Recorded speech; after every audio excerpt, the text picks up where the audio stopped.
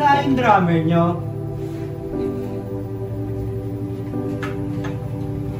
Ah, di ba si ano yun?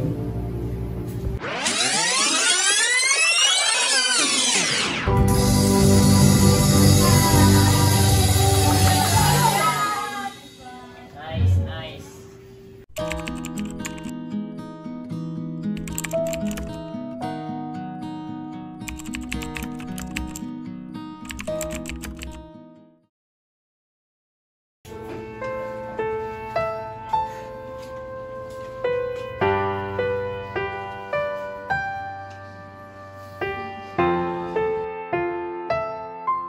Anong nangyari kay Ronald? Bakit siya bumagsak sa exam? Kasi pa, hirapan doon. Pinababayaan mo ba yung anak mo, ha? Pinababayaan? Ako na nga yung nagtatrabaho dito, tapos kailangan ako pa yung mga amusta. Bahala ka, bahala ka sa...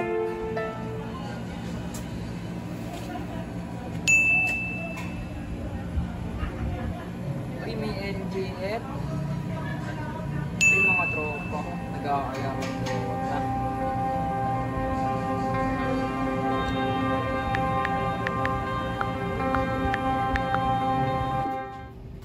Nasaan na ba si Ronald? Nakita na siya. Ilang beses natin chinata si Ronald, di pa rin siya natin. Ate Jai, wala pa po si Ronald. Okay na yun guys, start na tayo. Hindi na rin siya nag-reply sa akin eh. Okay, from the top. 1, 2, 3, go!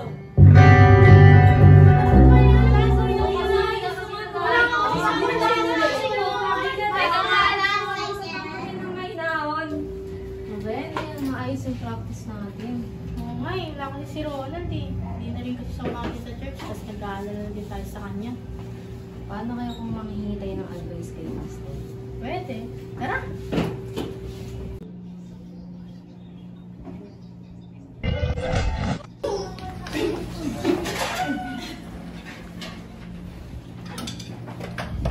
Gusto mo ba maging part ng music team ministry? Halika na, sali ka dito.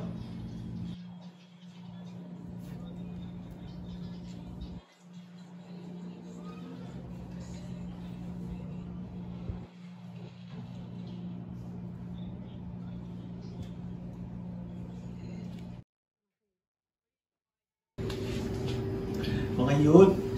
Kumusta na kayo? Pastor, hindi po kami okay ngayon eh. Si Ronald po kasing kaibigan po namin, hindi na po umatin ng church. May tumalong na ba sa kanya? O Wala ko po. wala pa? Mukhang kailangan natin siyang puntahan. Mga ilang linggo na ba ito?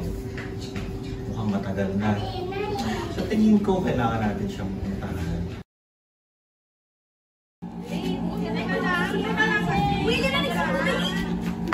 Ngayon na pala ko sa tiyan.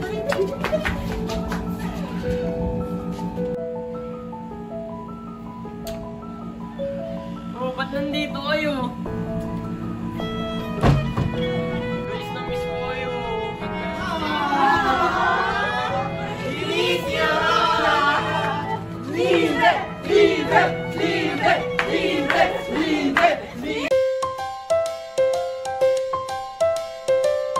Ang ating buhay ay katulad ng awitin.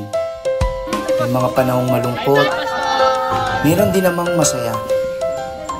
Minsan ay sobrang ingay, minsan naman ay maganda sa pandinig. Ikaw, kabataan, habang bata pa ay maglingkod ka. Dumating man ang pagsubok, lumuhod ka. Magkaroon man ng tukso sa paligid, magpatuloy ka. Tandaan mo, hindi ka kabataan lang. Ikaw ay Kristiyanong kabataan.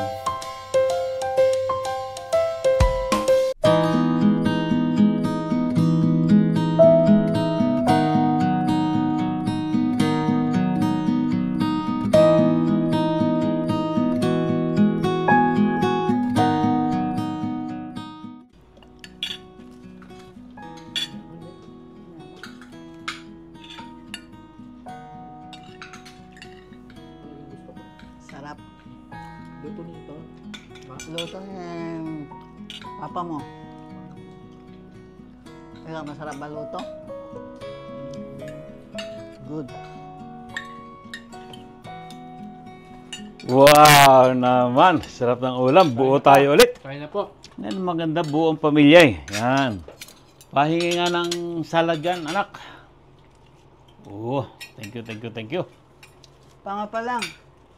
Dumating na yung mga bills natin. Eh, ang kuryente, 14,000. Paano naman ang budget natin? Ano ba naman yan? Sana pinakain mo man lang muna. Kung hindi agad yan, di pa nga nakakain. Kung ano-ano agad ibisimulan mo dyan. Sinasabi ko lang naman, pwede ka naman kumain. Ah, ano ba yan? Dahil pwede pag-usapan yun agad.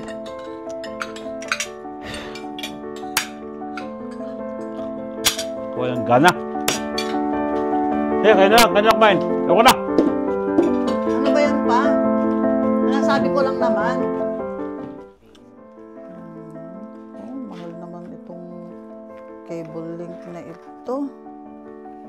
May for disconnection na. Ano ba yan? Plus 2,000.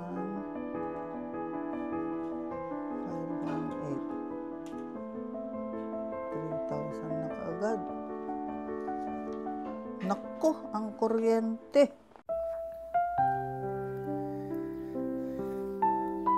Ano ba ang ating priority? Sino ang una sa ating buhay? Madalas na nauuna sa ating buhay ang mga bagay na hindi naman ganun kahalaga. Madalas sinasantabi natin ang salita ng Diyos at pinapalitan ng mga bagay na sa ating palagay ay magbibigay ng kasiyahan, ngunit panandalian lamang.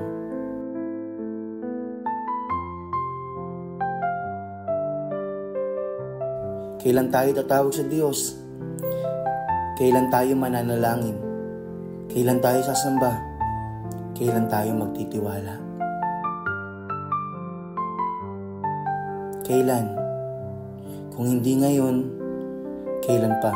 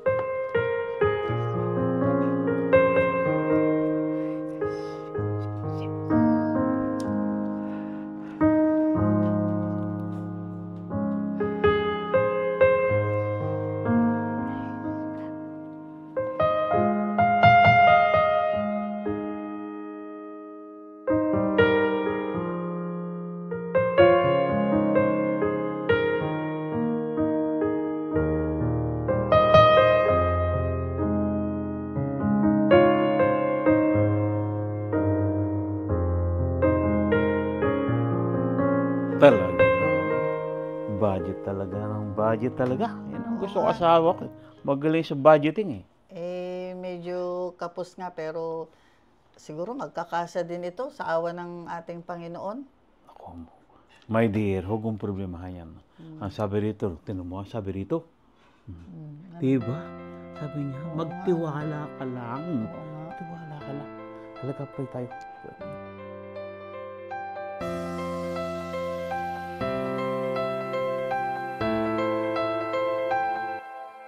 Kaya wag na tayong wag na natin pag-awayan ng budget. Oo. Pagkakasahin na lang natin. Hayaan mo ang Panginoon ang magbigay sa atin ng mga budget.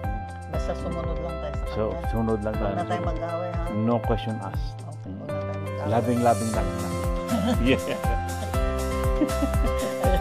Labing na lang tayo, ha? Yeah. Kahit walang pera, ha? Hindi lagi tayo maraming pera. Okay. Oo, Oo, eh. pala, no? Positive na.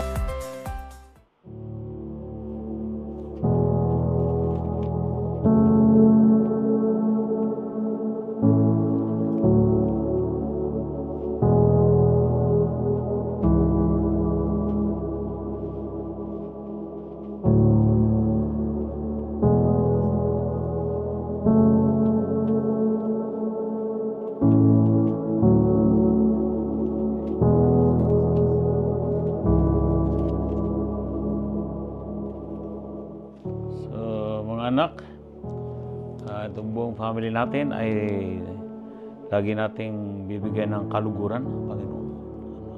Mahalaga yan. Lahat ng ating pinag-iisipan, pinaplano, ginagawa at gagawin pa, kailangan magbigay ng kaluguran sa Panginoon. Obey the Lord and follow always His commands. Kaya ang pamilya natin, palagi, uunahin natin lahat ang Panginoon. Priority. Kung anumang activities, mayroon mang gawain, pero ang gawain ng Panginoon nandyan, laging priority ang sa Panginoon. Ating daily devotion, yan, family worship, weekly service, prayer meeting, mahalaga yan.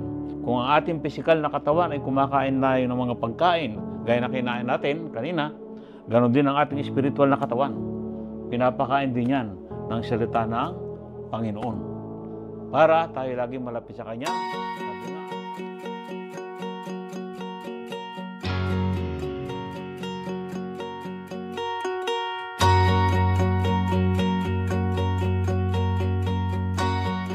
Kain na mga anak at ang sarap ng pagkain natin ngayon. Fresh pa yung thank you. Wow, talaga naman. Thank you. Yes! Sarap ng pagkain natin na naman yan ah. Tama. Alam niyo ba kanina habang nagba-Bible study kami, pinag-uusapan yung blessing ng Panginoon? Wow. Talaga, yan ang talaga ang blessing. Talaga naman. Thank you, Tita Mel. Marami ng pagkain, blessing na ito eh. Yan.